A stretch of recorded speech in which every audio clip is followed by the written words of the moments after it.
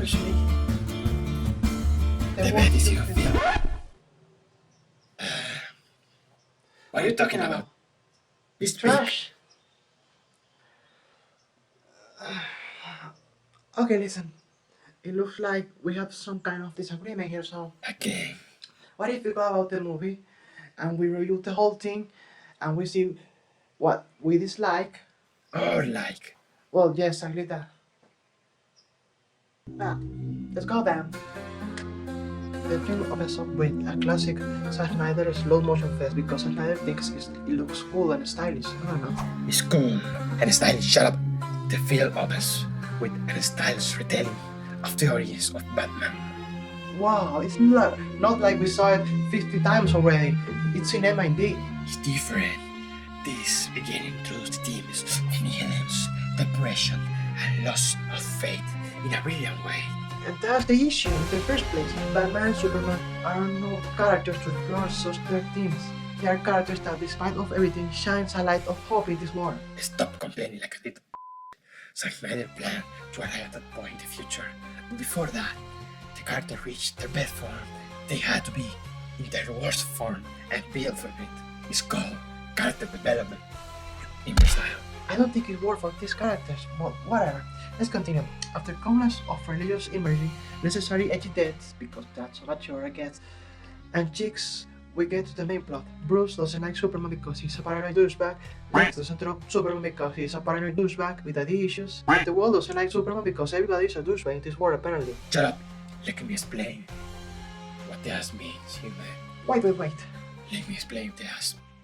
After years of fighting crime, again and again and again, with no end in sight, Bruce has lost his faith in humanity, in people. He has lost himself to hatred. His story of apathy is a metaphor for the fall of man, the separation of man and God, reflected in his... Wait. What the heck to do with this hat? What has? You know the ass that you told me that you were going to... Forget about it. Let's continue. But I think that introducing this version of Batman is so different from the ones we know just bring issues. Because, you know, he's a killer. Oh, like of the Batman. They don't kill anyone.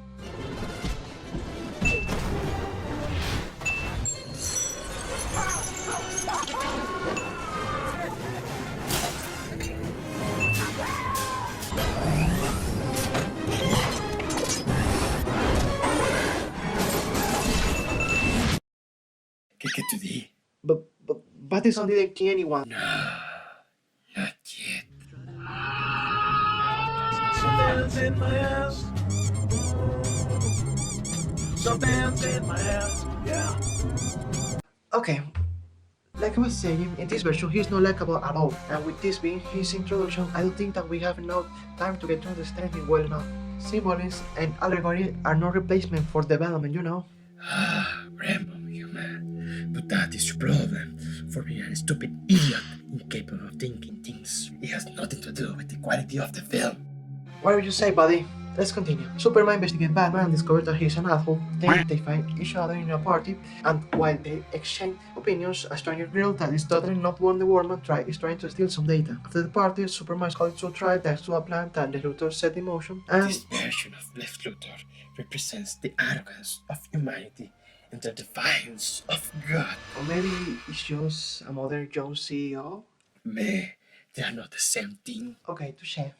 After the tragedy that happened at Superman's trial,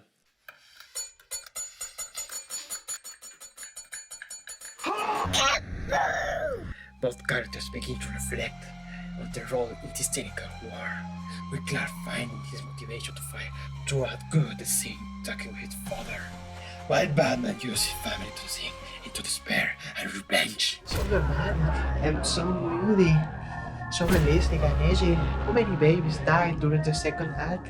The only thing that happened that I is to pray. We couldn't help it. Sorry.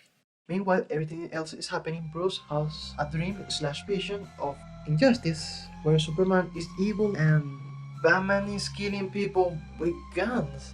What is this? What the Flash is here? Is this a vision? What could it have to do with anything? Fierce. Stop being a little. Second, it's not injustice. It's already confirmed by the sniper blueprints that these are the best of Justice League 2.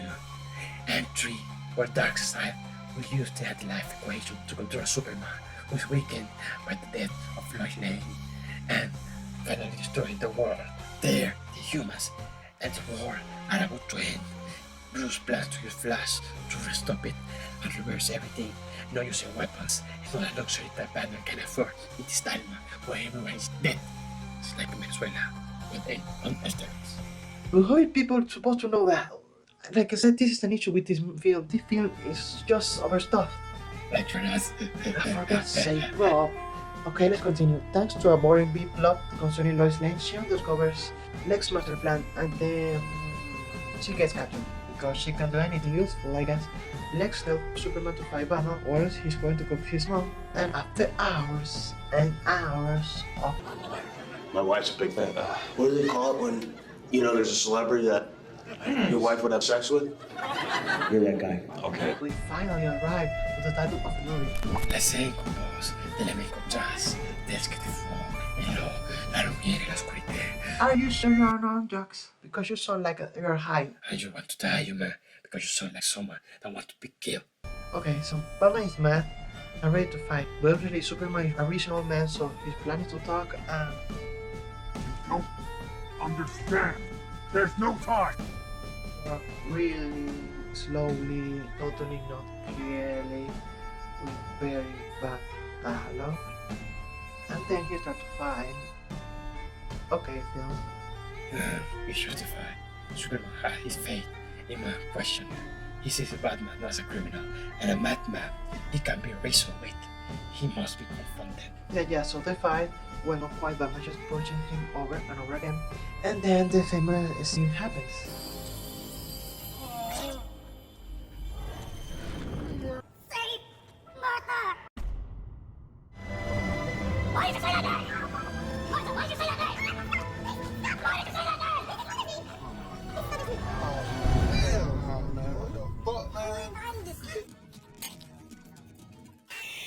So they just stop fighting because their mother have the same name. Brilliant. Stop playing dumb, you man. Just to fight because Batman recognized the humanity inside his figure that people consider divine or godly. And now, in his own fall and loss of faith, he almost becomes someone akin to the person that separated from his mother and of which made him realize his mistake. Perhaps the execution of the scene just made it ridiculous and funny. After that, they join forces, Batman has the coin scene. And then we have Doomsday and Wonder Woman and the Justice League. What is this mess? Like, what? This problem is Warner's fault. The person sucks. They pressure Zack Snyder and Christian to rush everything. That's why this movie and the next one, which is Justice League, are so long with the original version.